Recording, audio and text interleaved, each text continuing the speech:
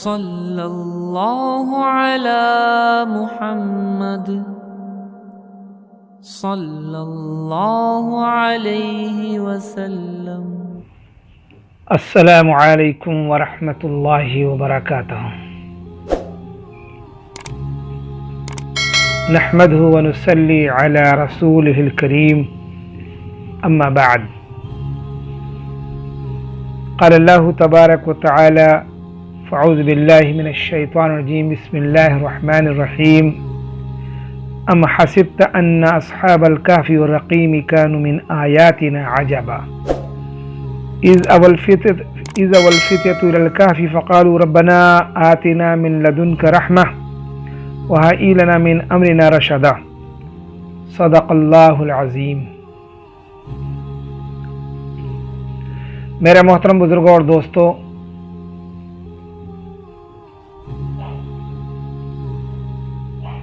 اللہ تعالیٰ کا بہت بڑا فضل، کرم اور احسان ہے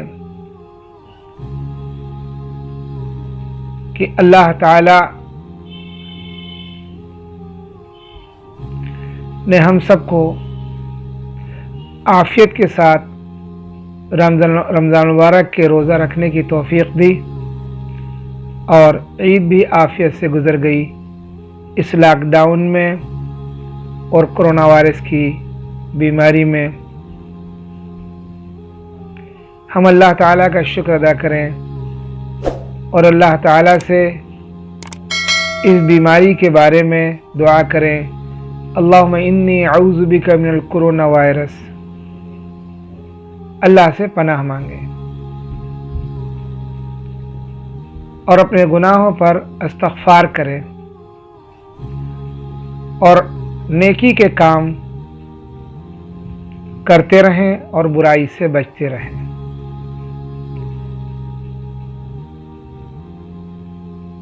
جب ہم نیکی کے کام کریں گے، اچھے کاموں کو کریں گے، اللہ جل شانہ اور اس کے رسول صلی اللہ علیہ وسلم کی اطاعت کریں گے، تو اللہ تعالی ہماری حفاظت فرمائے گا، اللہ تعالی ہماری مدد کرے گا۔ جیسے آج سے 1400 سال پہلے صحابہ رضی اللہ تعالیٰ عنہ اجمعین کی مدد کی اور وہ کامیاب ہو گئے۔ تو ہم بھی اللہ کے ہر حکم کو اس کے پیارے نبی جناب محمد رسول اللہ صلی اللہ علیہ وسلم کے طریقے پر پورا کریں، تاکہ اللہ تعالیٰ کی مدد جیسے صحابہ کے ساتھ آئی، اللہ تعالیٰ ہمارے ساتھ بھی ویسی ہی مدد فرمائے۔ صحابہ کی تربیت اللہ کے نبی صلی اللہ علیہ وسلم نے کی تھی، مگر ہمارے لیے اللہ تعالیٰ نے اپنی کتاب قرآن پاک اور اپنے نبی کی سنت عطا کی ہے۔ اگر ہم اس کو پکڑے رہیں گے تو انشاءاللہ کامیاب رہیں گے۔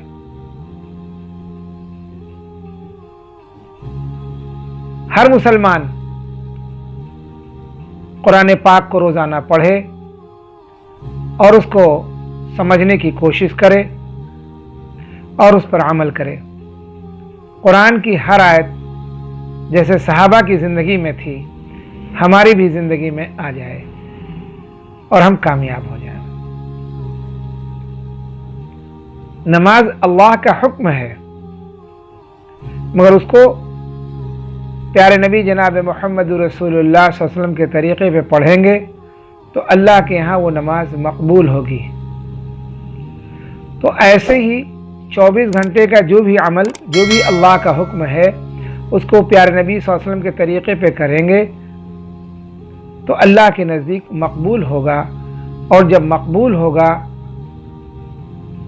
تو اللہ تعالیٰ کی مدد ہمارے ساتھ ہوگی اور ہم کامیاب ہو جائیں گے انشاءاللہ۔ میں نے بھی آپ کے سامنے سورہ کہف کی آیت پڑھی، اصحاب کہف کا واقعہ جسے بیان کیا گیا ہے۔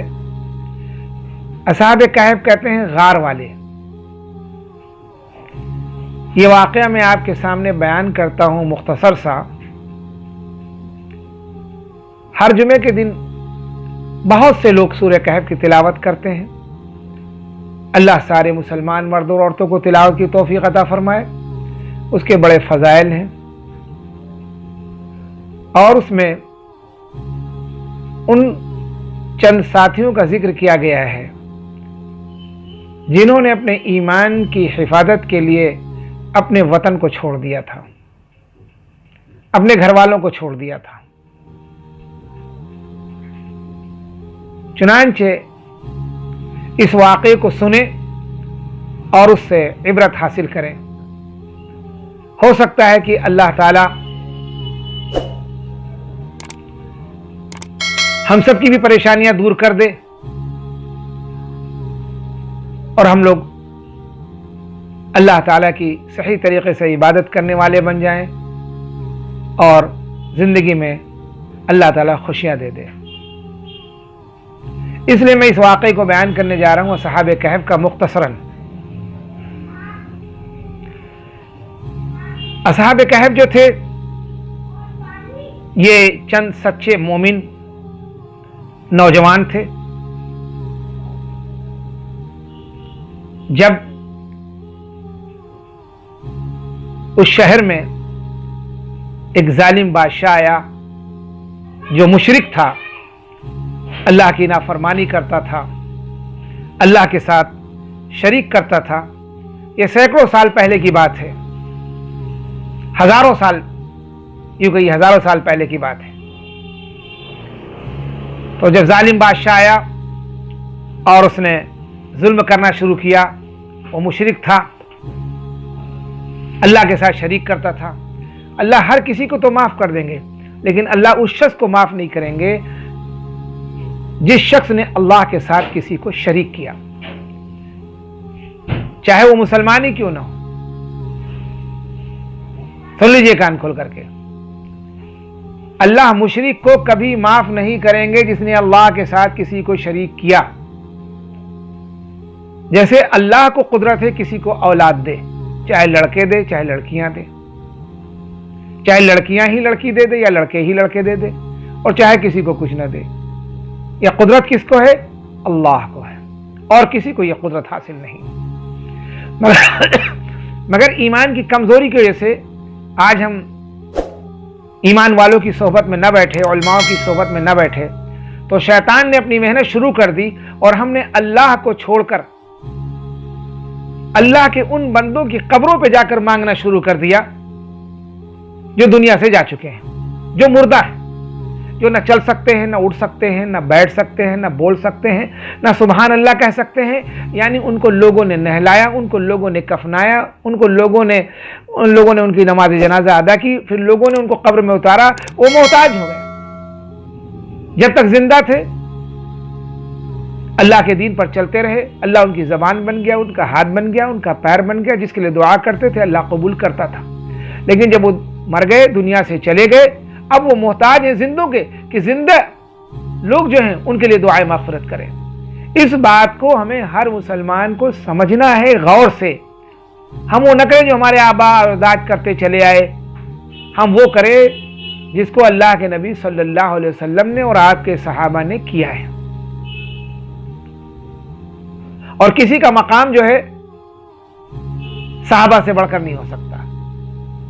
کسی بھی ولی کا مقام کتنا بڑا ولی کیوں نہ ہو، کسی صحابہ کے مقام تک نہیں پہنچ سکتا.